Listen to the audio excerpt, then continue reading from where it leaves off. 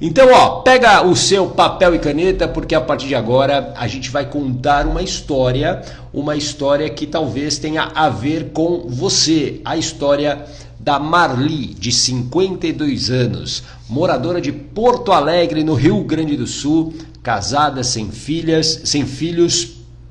E deixa eu tirar aqui os comentários rapidamente, só para poder ler junto aqui com você. Tem 6 irmãos e ela é a caçula, comerciante. A história da Marli é uma história curiosa e é uma história também que é muito comum, como eu disse há pouco. Por quê? Quando ela chegou para fazer o protocolo de hipnoterapia comigo, qual era o problema dela? Veja se você já viveu algo parecido com isso. Ó. Preciso desbloquear crenças e medos. Vou fazer pela 5ª vez a prova de direção e estou com medo de ser reprovada novamente. Se você já tirou a habilitação, você sabe a tensão que você viveu. Faz sentido? Quem aqui já tirou a habilitação e viveu, né, tensão mesmo? Por quê? Porque é algo novo, é uma prova, podemos dizer, difícil, porque tem alguém que está avaliando ali e nem sempre e muitas vezes aquela avaliação ela é subjetiva. Claro que existem erros crassos que alguém pode cometer ali para tirar a habilitação, mas muitas vezes também tem erros muito subjetivos. E no caso da Marli, bom dia Gislaine, Lindinha, Vera Leila, Isa, Edith Moreira, sejam bem-vindas. A gente está falando aqui sobre o medo de errar. E muitas vezes essa complexidade de um desafio que você tem como tirar a habilitação, e aí você tem que imaginar, né, toda essa tensão, todo o medo muitas vezes de cometer um erro, faz com que você se atrapalhe na hora. E aí você cometa um deslize, faça algo que você talvez tenha treinado muito bem, só que na hora você acaba errando e se prejudicando. Alguém já viveu isso? De você se sentir preparado para fazer algo e na hora você erra, a sua ansiedade ela acaba te sabotando. Alguém já viveu isso? Deixa eu dar um bom dia para Mônica, para Rita, para Paula, sejam muito bem-vindas. Isso infelizmente acontece. E no caso aqui da Marli, ela queria tirar a habilitação, ela já tinha sido reprovada 4 vezes e ela ia para a 5ª tentativa. E é claro que ela estava com muito medo. Agora o que eu quero que você entenda? Bom dia Zélia, bom dia Ma Batista também. O que eu quero que você entenda? O medo de errar, bom dia Liginha, bom dia Rita. O medo de errar é um medo que foi construído a partir das suas experiências de vida. Guarda isso. Obrigado, Liginha. Esse medo de errar, o medo que você talvez tenha hoje que te paralise, é um medo construído, não é um medo que você provavelmente nasceu com ele. Construção. E como que se constrói um medo? Através das experiências que você viveu, através da formação de crenças que vêm do que você ouviu, daquilo que você viu. Tudo isso vai moldando o seu comportamento. Então, o medo de errar é um medo, na verdade, o quê? É um medo imaginário. É um medo do futuro. Faz sentido isso para você? E aqui, ó, guarda isso. Existem 2 tipos de medo. Existe o medo real e o medo imaginário. E o que é o medo antes de tudo isso?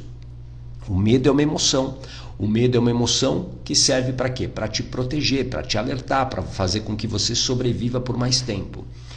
Só que o medo real, ele vem, te avisa que há um perigo. Então vamos imaginar aqui, eu estou no meu consultório. Imagine que agora entra aqui um tigre faminto. É um medo real. Bom dia, Dalva, seja muito bem-vinda. A Eliane também. Imagina o quê? Neuza, seja muito bem-vinda. Imagina esse leão, esse tigre está entrando aqui no meu consultório, faminto. Óbvio que eu vou ficar com medo. É um medo real, ele vem me alertar. Opa, agora você precisa correr, você precisa fugir, você precisa sobreviver. O medo imaginário é um medo que é construído através de pensamentos. Você pensa, pensamentos. O medo de errar, ele faz com que você se atrapalhe muitas vezes quando você sabe fazer algo. Como era o caso da Marli. A Marli estava na sua 4ª prova. E nos treinos, nos treinos de direção, ela ia muito bem. Só que na prova, ela ficava muito nervosa. A ansiedade tomava conta dela. Alguém aqui já viveu algo parecido? Talvez não com tirar a habilitação, escreve eu aqui, mas talvez, sei lá, numa situação de trabalho que você começou a ficar nervosa e aí você se atrapalhou no fim? Coloca aqui eu, se você se identifica. Diginance, integrante da Comunidade Coragem, seja muito bem-vindo. Aliás, hoje temos encontro importante da Comunidade Coragem às 9 horas da noite. Por isso que, para a gente entender, a gente precisa compreender primeiro, né, os impactos que esse problema estava causando na vida da Marli. E você que hoje talvez tenha algum problema, alguma coisa que você não está conseguindo superar, você precisa analisar de uma maneira fria os impactos de você não resolver esse problema. E na vida da Marli existia, ó, a Rita se identificou. Obrigado pela sua coragem, viu, Rita? Que legal, parabéns mesmo pela sua coragem de admitir isso. Esse é o primeiro passo, eu sempre digo, esse primeiro passo para você se curar é você reconhecer que existe um problema. Então vamos lá, eu vou tirar aqui rapidamente aqui os comentários, só para todo mundo ver aqui. A Dalva, medo de altura, medo de água, mar, piscina, rio. Olha só, esses medos aprendidos, viu, Dalva? Aprendidos, ou seja, existe algum fato que aconteceu na sua vida que gerou o quê? Um trauma. E a partir daí, essa lembrança, ela ficou o quê? Ela ficou forte. Então, toda vez que você, por exemplo, vai para o mar, você vai sentir essa sensação do medo. Que é por quê? Exatamente para poder fazer com que você não entre na água. Porque a tua mente tem uma interpretação de que há um perigo. Olha só, Liginha, eu não dirijo por medo. Ó, a sua história, Liginha, é muito parecida com a história da Marli aqui. Então fica aqui comigo que talvez fichas caiam para você. Tudo bem? Eu vou tirar rapidamente aqui os comentários só para a gente ver os impactos na vida da Marli. Olha só. A Marli, lá em Porto Alegre, ela precisava se locomover, mas acabava dependente do marido. Isso não era legal para ela e acho que não é legal para ninguém, né? Quando você é dependente de alguém ou do transporte público. Ela tinha uma sensação cada vez maior de incapacidade, porque ela já tinha tentado 4 vezes e tinha sido reprovada as 4 vezes no exame de direção. Ela estava se sentindo fracassada, ou seja, esses sentimentos ruins vão construindo o quê? Uma autoestima doente. Autoestima doente, ou seja, autoestima é a maneira como você se enxerga. Então ela estava se achando fracassada, incapaz, e o que estava talvez assustando mais a Marli naquele momento era que ela estava começando a ficar com medo de fazer escolhas e de tomar decisões. Por quê? Porque ela estava totalmente dominada pela insegurança. Faz sentido isso para você? Totalmente dominada pela insegurança. E quando você vive dessa maneira, dominada pela insegurança, é claro que a sua vida não anda, é claro que a sua vida fica paralisada. A insegurança, ela é como uma areia movediça, ela te puxa para baixo. E aí você não consegue confiar em si, você não consegue confiar em suas ações. Tudo bem? Bom dia, Eloide, Cris, sejam muito bem-vindas. Ó, a Gé Diniz se identificou. Obrigado também pela coragem aqui dessa identificação e desse reconhecimento. A gente precisa entender que isso é uma construção. Esse medo que talvez hoje você tenha não surgiu do nada. E é por isso que a gente precisa olhar para onde? Para a infância. E aí vamos aqui a alguns detalhes da infância da Marli, para você compreender por que esse medo surgiu. Vou tirar aqui de novo os comentários para a gente ler juntos aqui. Olha só. Primeira pergunta fundamental que eu sempre faço: gestação. Ela foi desejada ou ela foi inesperada? Existe uma diferença. Uma gestação desejada é aquela que tanto a mãe quanto o pai, eles decidem ter um filho, eles esperam com muito amor, com muita felicidade aquele filho nasce, eles cuidam desse filho, ou seja, uma gestação desejada. Eu posso falar com muita tranquilidade. Eu tenho 2 filhas, Lorena e Joana, e as minhas 2 filhas foram extremamente desejadas, planejadas. Eu e a Janu, minha esposa, queríamos. Então, assim, esse é o resumo de uma gestação desejada. Uma gestação inesperada é aquela que acontece Às vezes por um descuido, às vezes por uma questão, infelizmente, de violência, enfim, uma gestação inesperada. E uma gestação inesperada, ela pode se tornar rejeitada e ela pode se tornar aceita. No caso da Marli, foi uma gestação inesperada porque ela é a caçula de uma família com 7 filhos. E a mãe tinha quase 40 anos, acho que estava 39, já tinha 40 anos. E foi uma gestação de risco. Lembra, a Marli tem mais de 50 anos, então lá atrás era uma gestação muito arriscada, diferente dos dias de hoje. Amamentação muito pouca. E os irmãos, né, todos mais velhos, a diferença, só para você entender como foi uma gestação inesperada, para o, digamos, mais novo, mais próximo da Marli, a diferença era de quase 9 anos. E com isso, claro, ela teve uma infância muito solitária, muito solitária. É muito importante a gente entender alguns detalhes aqui, ó. Essa gestação inesperada, presta muita atenção. Imagine que você lá na barriga da sua mãe, você estava vivendo tudo o que ela emocionalmente também vivia. Então, se essa mãe, imagina, uma gestação inesperada, ela com quase 40 anos, ela viveu o quê? A insegurança. Faz sentido isso para você? Ela viveu a insegurança. E isso que a mãe viveu, a Marli absorveu. A Marli bebê absorveu essa insegurança da mãe. E a mente dela vai criando o quê? Interpretações. Então, e aqui é fundamental você também compreender que essa fusão emocional entre a mãe e o bebê e a criança vai até os 7 anos de idade. Então, olha para a sua história agora e pensa o seguinte: como é que a minha mãe... Será que minha mãe estava emocionalmente até os meus 7 anos de vida? Ela estava tranquila? Ela estava vivendo super feliz? Ela estava realizada, sendo amada? Estava tudo bem na vida dela? Ou não? Isso ajuda a explicar provavelmente muitas coisas que você absorveu e, de uma certa maneira, vou botar aqui entre aspas, tá? Que você pegou da sua mãe e que você talvez carregue. Então essa insegurança que a mãe da Marli viveu com a gestação, e por ser uma gestação de risco também, isso também construiu o quê? Essa insegurança na vida da Marli. Tudo bem? Faz sentido aqui para você? Dá um joinha aqui para mim. A Mari também chegando por aqui. A Marli, Marialba, seja muito bem-vinda. A Arena Informática também, seja muito bem-vinda. Você está se identificando com isso, sim ou não? Coloca aqui se você está se identificando. Um outro aspecto importante que a gente sempre precisa analisar é a relação dos pais como um casal. A relação dos pais como um casal.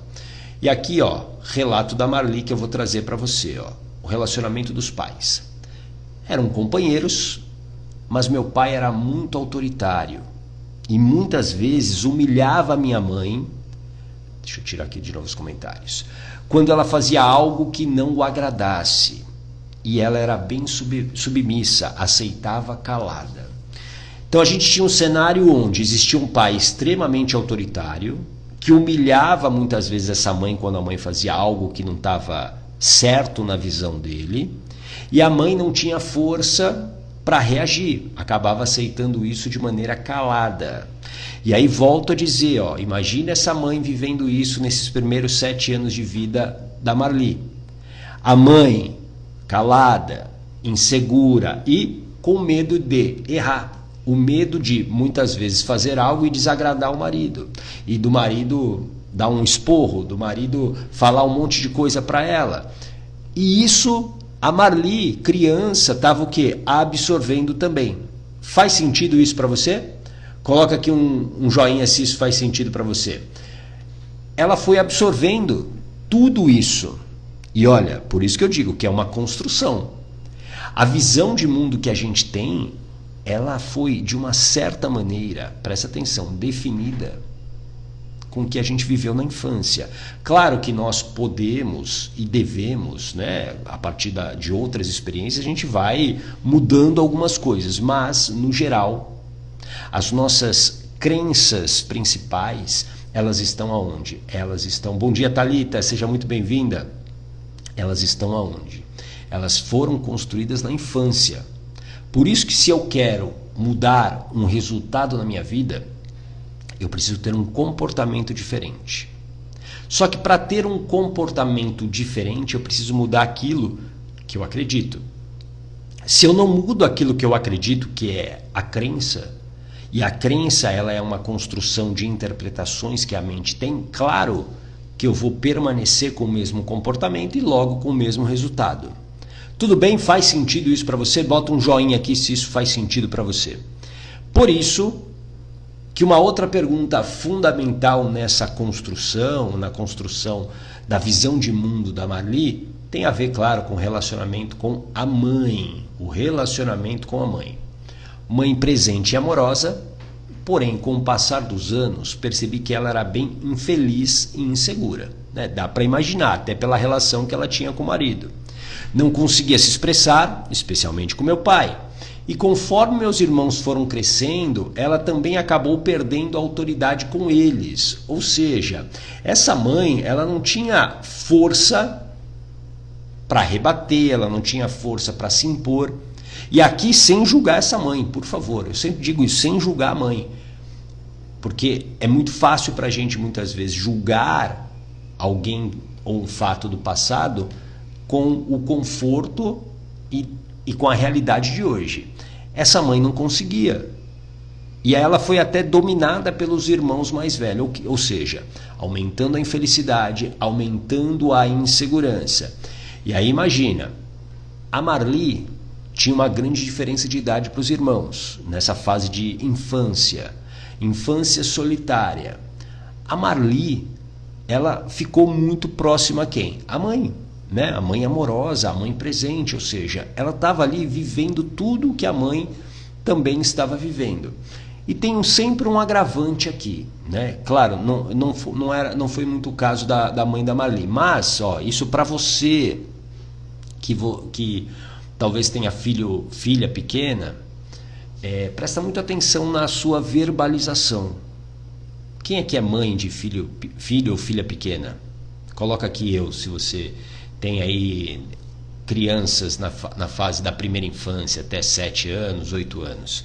A Dalva, não sabemos as dores dessa mãe. Exatamente. Por isso que eu sempre enfatizo, né, Dalva, sem julgar essa mãe. A Eloide, sim, acredito que os problemas que sinto absorvido da minha mãe. A Gé tem filho pequeno, a Thalita, a Liginha. Então toma muito cuidado com o que você verbaliza. Às vezes num momento de desabafo seu, seja com a sua vida profissional, sua vida com dinheiro, seu relacionamento. Por quê? Porque o cérebro dessa criança está em formação. E é como, eu sempre digo, toda criança nasce como uma folha em branco. Ela não sabe o que é certo, errado, bom, ruim. Ela está o quê? Absorvendo o mundo, ela está fazendo várias conexões neurais. Para você ter uma ideia, a neurociência diz que na infância, nessa primeira infância, nós fazemos em torno de mais de 1 trilhão de conexões neurais. O que é uma conexão neural? Uma associação. Esse óculos aqui, ele tem 2 lentes. Eu aprendi, óculos tem 2 lentes. É uma associação, é um caminho neural que vai sendo construído. Mais de 1 trilhão. Ou seja, presta atenção, aquilo que você fala e às vezes você verbaliza, isso se torna muito forte, isso se torna o quê? Uma crença para aquela criança acredita. Então, por exemplo, se você está vivendo um relacionamento ruim com seu marido, com a sua esposa, seja lá com quem for, e você reclama dessa pessoa perto de uma criança, ou até mesmo para essa criança, ela vai o quê? Ela vai entendendo que a maneira como ela deve olhar para um relacionamento, a maneira como ela deve olhar para um homem, para uma mulher, é da maneira que ela está aprendendo com você. Até porque você é uma autoridade para ela. Tudo bem? Então, essa mente da criança, ela vai sendo construída através das experiências de vida. Agora, imagine o seguinte. Imagine que existem crenças que estão tão bem enraizadas dentro de você. Essas crenças, elas estão moldando tão bem o seu comportamento que fazem com que você tenha resultados que você não gostaria. Então você quer ser feliz no relacionamento, só que você não consegue. Por quê? Porque aqui existe uma crença que, por exemplo, relacionamentos são ruins. Porque você viu mamãe sempre reclamar do casamento, ou papai reclamar do casamento. Tá fazendo sentido isso para você? Coloca aqui um joinha se isso está fazendo sentido para você. Um abraço para o meu grande amigo Vitor Sérgio Rodrigues. Que legal! A Rosa Maria também por aqui, a Daiane chegando. Bom dia, Silvia! Silvinha, seja muito bem-vinda. A Gé tem filhos na segunda infância. Na segunda infância também é importante a gente dosar o que a gente fala. Tudo bem? Porque o cérebro humano, só para você ter uma ideia, o cérebro humano, ele termina de ser formado, isso estudos da neurociência, por volta dos 21 anos. Então, a gente fala, né? O jovem, o adolescente já não é mais uma criança. Não é bem assim. Não é bem assim. Fisicamente, e o cérebro ainda está se formando. Há uma formação desse cérebro. Então, é importante a gente dosar o que a gente vai falar. Tudo bem? Bom dia, Alessandra. E aí, vamos seguir então aqui com a história da Marli. Ótima pergunta da Márcia. Bom dia, qual a idade da segunda infância, por favor? Cheguei agora. A segunda infância, Márcia, ela é considerada de 8, depois dos 7 anos, 8 aos 14 anos. Tudo bem? Essa é a segunda infância. A primeira infância de 0 a 7, de 7, 8 a 14, de 14 a 21. Tá bom? Essa, e aí a terceira infância, né? Que é essa fase já da adolescência. Tudo bem? Vamos falar agora aqui do relacionamento com o pai, também importante, ó. Lembra? O pai autoritário, o pai que muitas vezes humilhava essa mãe. Vamos ler aqui, ó. Presente de corpo, mas muito autoritário e agressivo. Sempre chegava do trabalho no mesmo horário e se alguma coisa estivesse fora do lugar, ele brigava muito. Então, começa a entender o cenário que você viveu na tua infância. Eu sempre digo isso. Como era a sua casa? E aqui a gente tem que tirar de lado o romantismo, muitas vezes, de que, nossa, a minha infância foi maravilhosa, eu tenho saudades de subir na goiabeira, nossa, como era maravilhoso isso. Olha, claro que na tua infância, eu espero que sim, a sua infância proporcionou momentos muito legais. Mas muitas vezes, o mais comum é que não. O mais comum é que você viveu momentos de muita solidão, de insegurança, de medos. Então imagina para essa criança, como a Marli, que imagine o estado de tensão dela, uma criança. Será que hoje o pai vai brigar? Será que hoje o pai vai ficar bravo porque tem alguma coisa que não está agradando ele? Muitas crises de ansiedade que eu já tratei com a hipnoterapia começaram através desse estado ansioso que vinha desse ambiente que uma criança viveu na infância. Um ambiente de brigas, um ambiente de muita tensão, que faz com que ative o quê? Um estado de alerta permanente.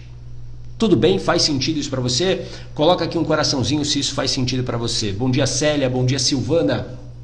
A gente está falando aqui hoje do medo de errar e eu estou contando a história da Marli, que tinha medo de fazer o teste de habilitação, porque ela já tinha sido reprovada 4 vezes. E ela ia fazer pela 5ª vez a prova. Então ela estava se sentindo muito mal, se sentindo incapaz. E o que eu estou contando aqui, para você que chegou agora, é que esse medo de errar é uma construção. É uma grande construção através das experiências de vida. Tudo bem? Agora tem um fato impactante. Presta muita atenção na história da Marli com o pai. Um fato muito impactante.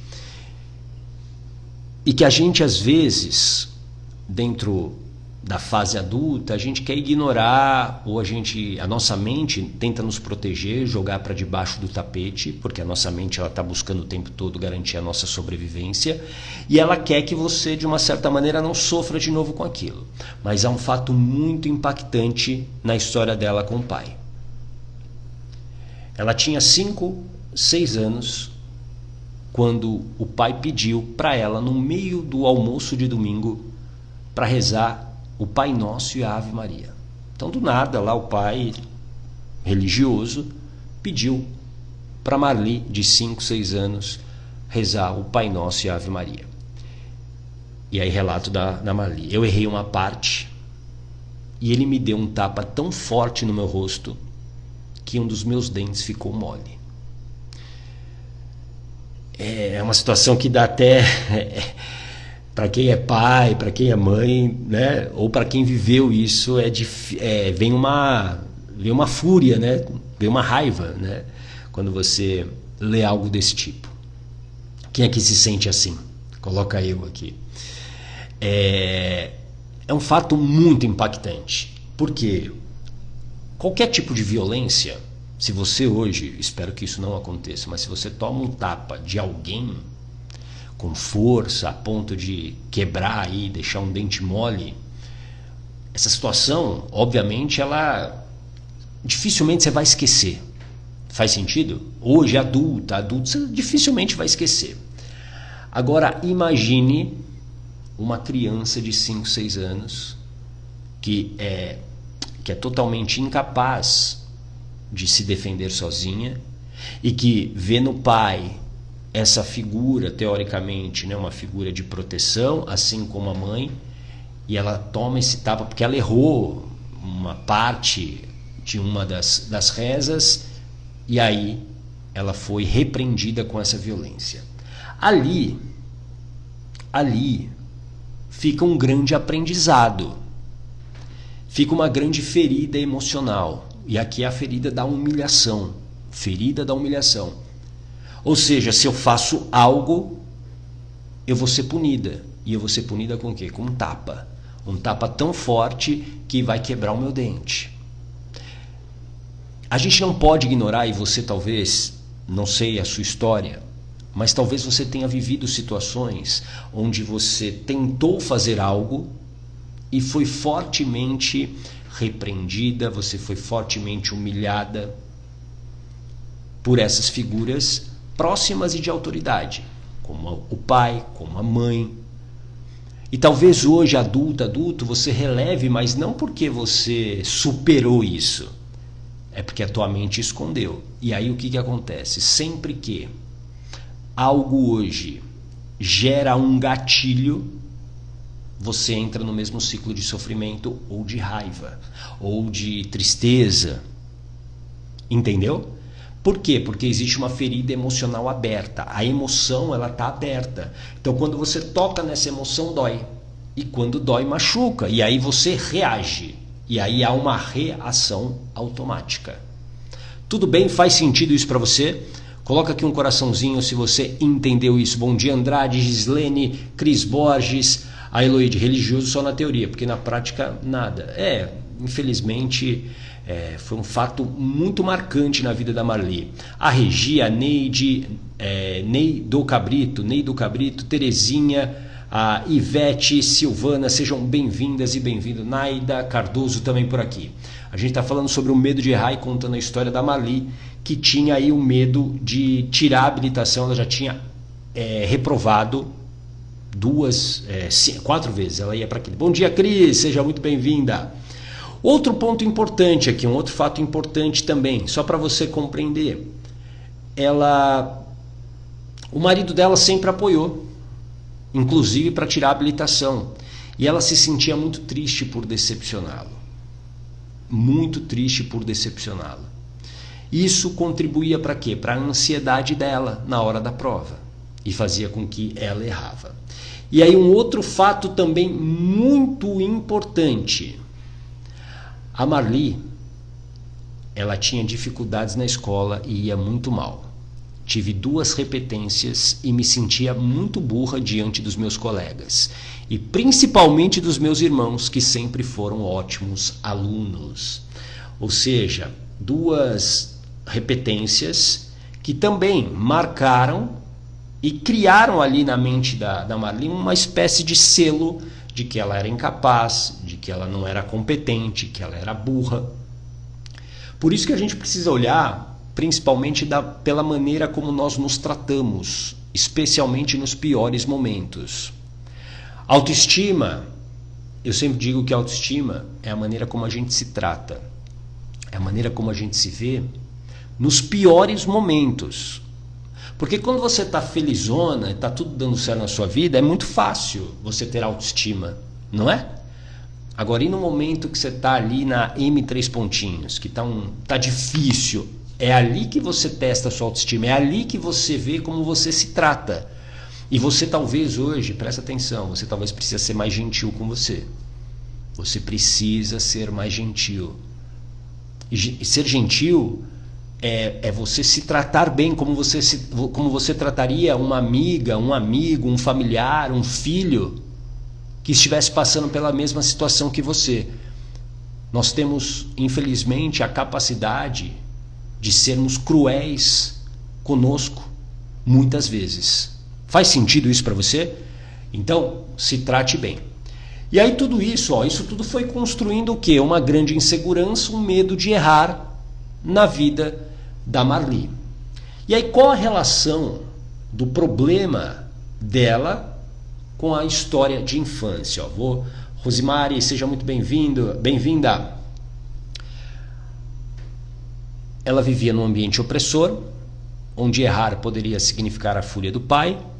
Ela aprendeu que tudo deveria sair certinho, sem erros, para agradar especialmente o pai. Então ela não podia errar.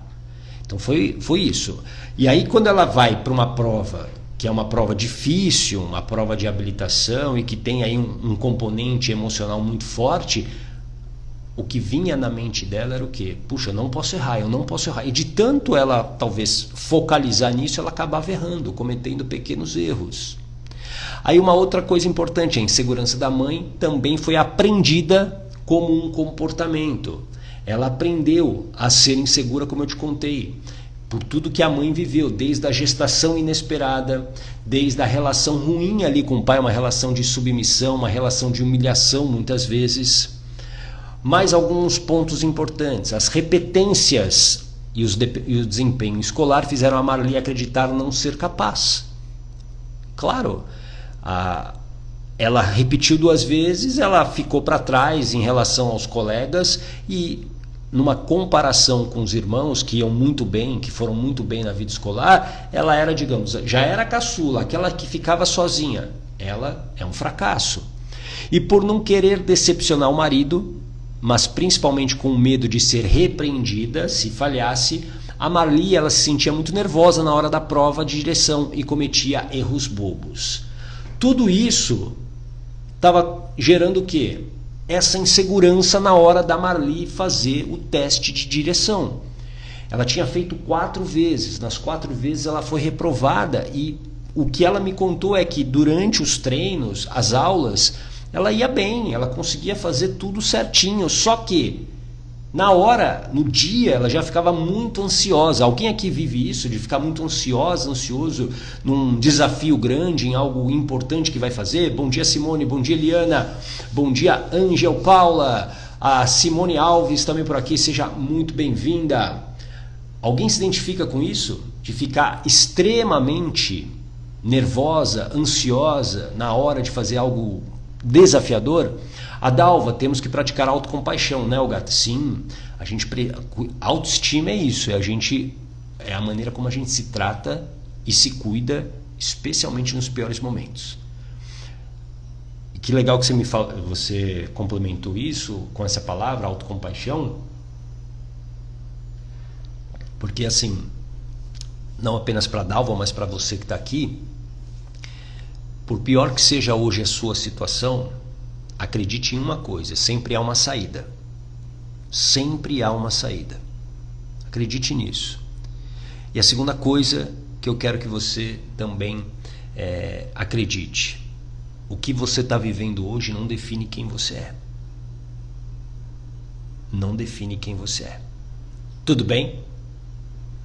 A Nazaré, eu fico. A Liginha, não fico mais. A Eliana, lembrei, 12 reprovações de exame de habilitação. É isso, Eliana?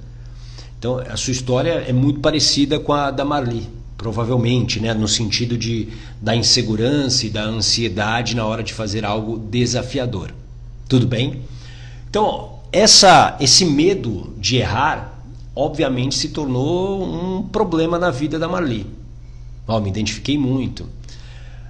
E aí, como que a gente resolveu isso, né? Aí a Marli veio fazer o meu protocolo de 60 dias de hipnoterapia. Um protocolo que eu tenho para trabalhar através da hipnose essa ressignificação, o que eu chamo de fazer as pazes com a história, para que ela tivesse um comportamento diferente. Como eu disse há pouco, se você quer ter um resultado diferente na sua vida, em qualquer área, vamos pegar aqui o caso da Marli. Ela queria ter um resultado diferente, que era ser aprovada no exame de habilitação. Só que o comportamento dela para fazer o exame era um comportamento de nervosismo, de ansiedade, de medo de errar. E isso, claro, gerava o quê? A reprovação. E para mudar esse comportamento, para que ela chegasse tranquila e fizesse o que ela sabia fazer, que ela já tinha treinado, com as aulas que ela fez e tudo mais, ela tinha que mudar o quê? O que estava programado aqui, as crenças.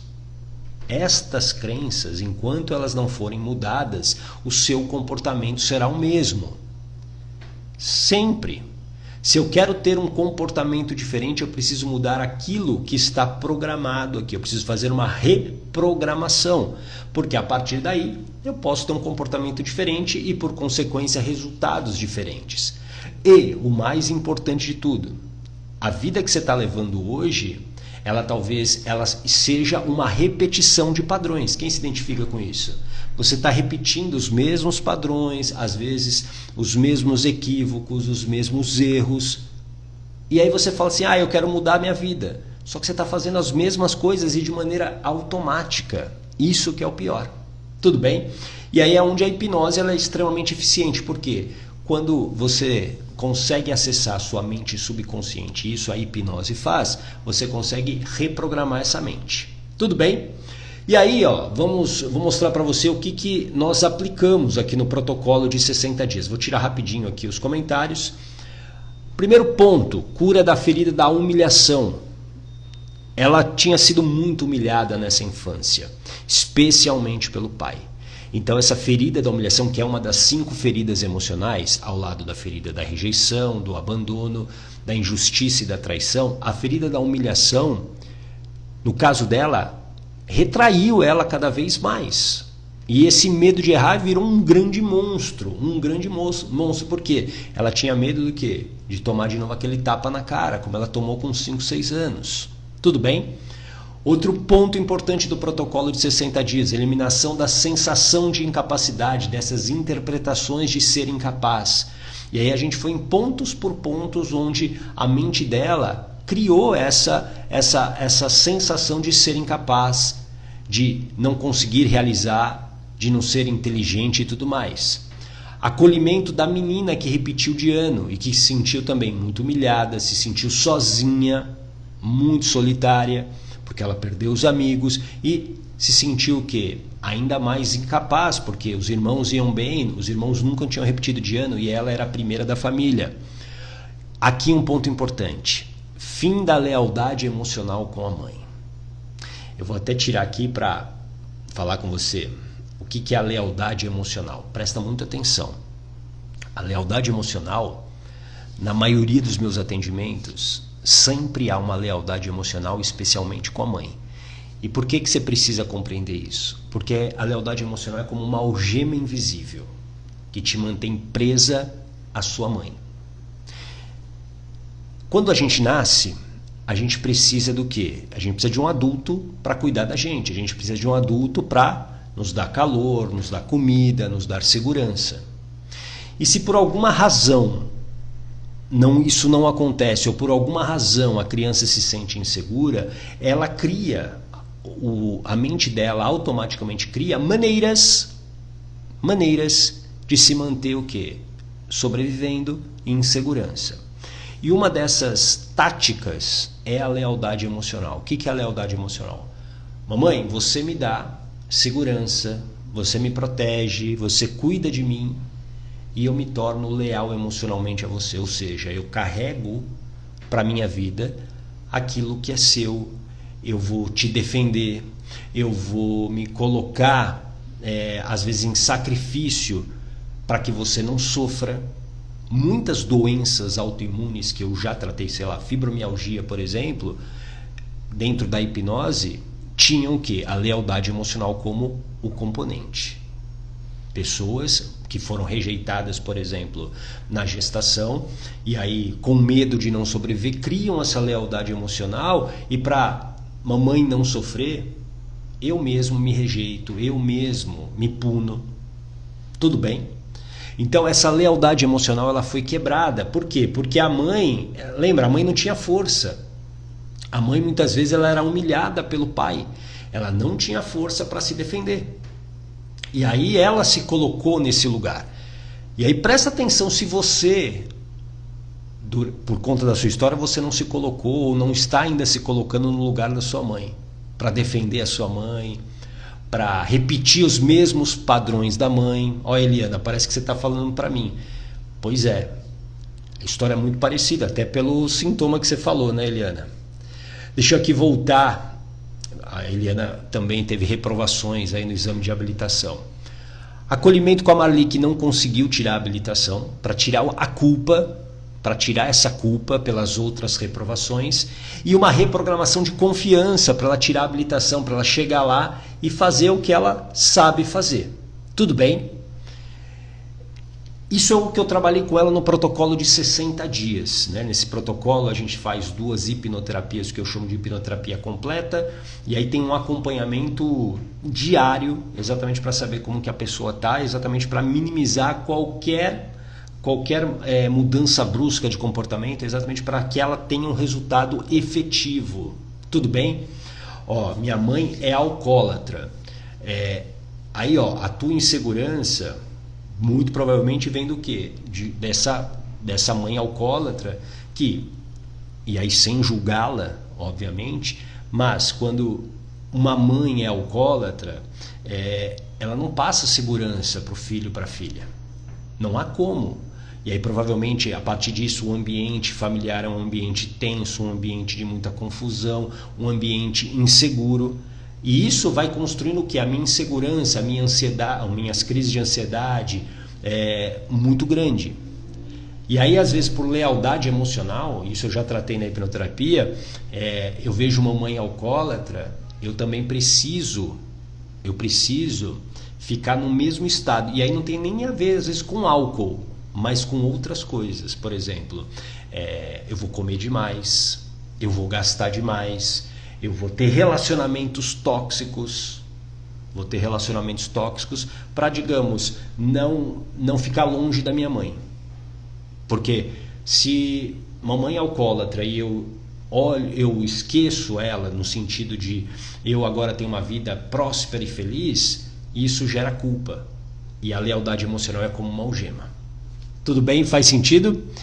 E aí olha que legal, ó. Eu vou mostrar para você.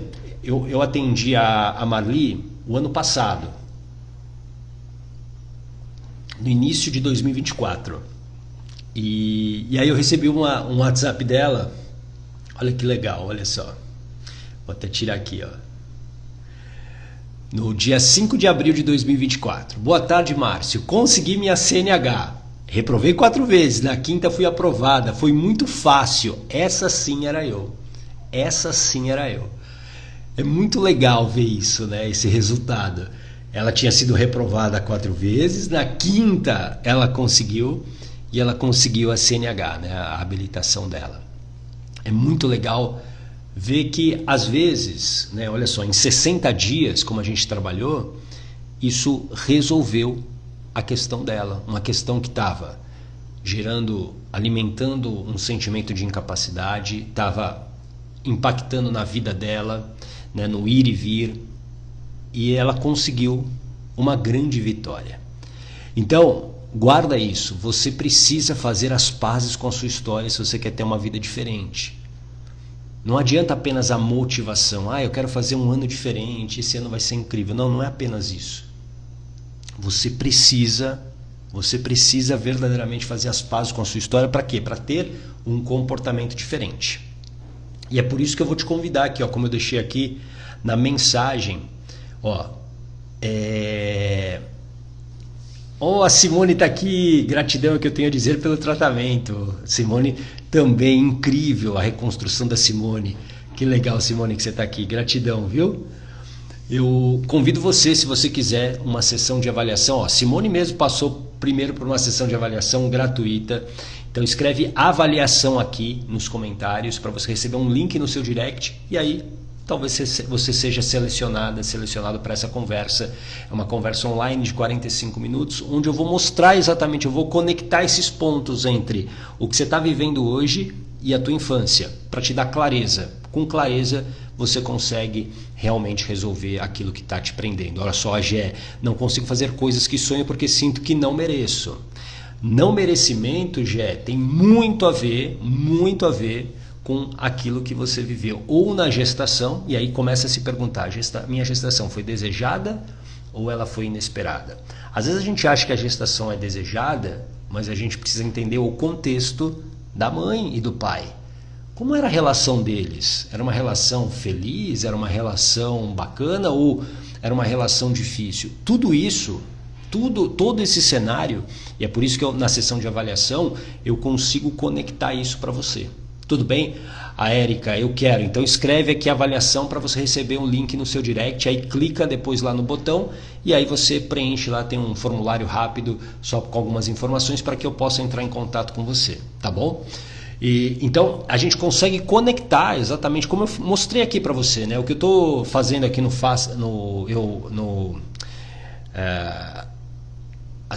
em paz com a sua história é mostrar para vocês que existe um sintoma, só que existe uma causa. E essa causa, ela é o quê? É a construção daquilo que você viveu na tua infância. E aí, para você ser mais assertiva, porque assim, senão você vai ficar o quê? Você vai ficar rodando e não consegue resolver o seu problema. Tudo bem? E aí ou você vai para remédio, que não é a melhor solução, nem sempre é a melhor solução, ou você vai ficar se sentindo frustrada porque você não tem resultado. A Simone, não sei se a Simone está ainda aqui, a Simone ainda nem terminou o meu protocolo, falta ainda uma sessão. A gente começou o trabalho em janeiro. E eu já falei isso para a Simone, é nítido. Claro que tem altos e baixos num processo, mas a Simone estava num ponto muito difícil e hoje ela é uma outra mulher, forte, tomou decisões importantíssimas, fez movimentos grandes na vida dela, isso em menos de 60 dias. Só que você precisa ter o quê? Você precisa olhar a tua história, você precisa olhar a sua história para resolver essas questões. Tudo bem? Então escreve avaliação aqui, para você ganhar essa sessão de avaliação e aí eu vou selecionando as pessoas conforme a minha agenda. Tá bom? Eu espero que você tenha gostado. Amanhã eu volto às 8h30 com uma outra história também para mostrar, para talvez você se conectar. Várias pessoas hoje se identificaram com a história da Marli. Amanhã tem uma nova história. Amanhã, eu tenho aqui já Amanhã a gente vai falar sobre uma pessoa que eu atendi que queria acessar o amor dos pais. Queria acessar o amor dos pais e ela se sentia culpada por não conseguir nutrir esse sentimento de amor pelos pais. É uma história bem interessante e que muitas pessoas talvez estejam vivendo isso também. Tá bom? Um lindo dia para você, uma linda semana e a gente se vê. Um grande abraço. Tchau!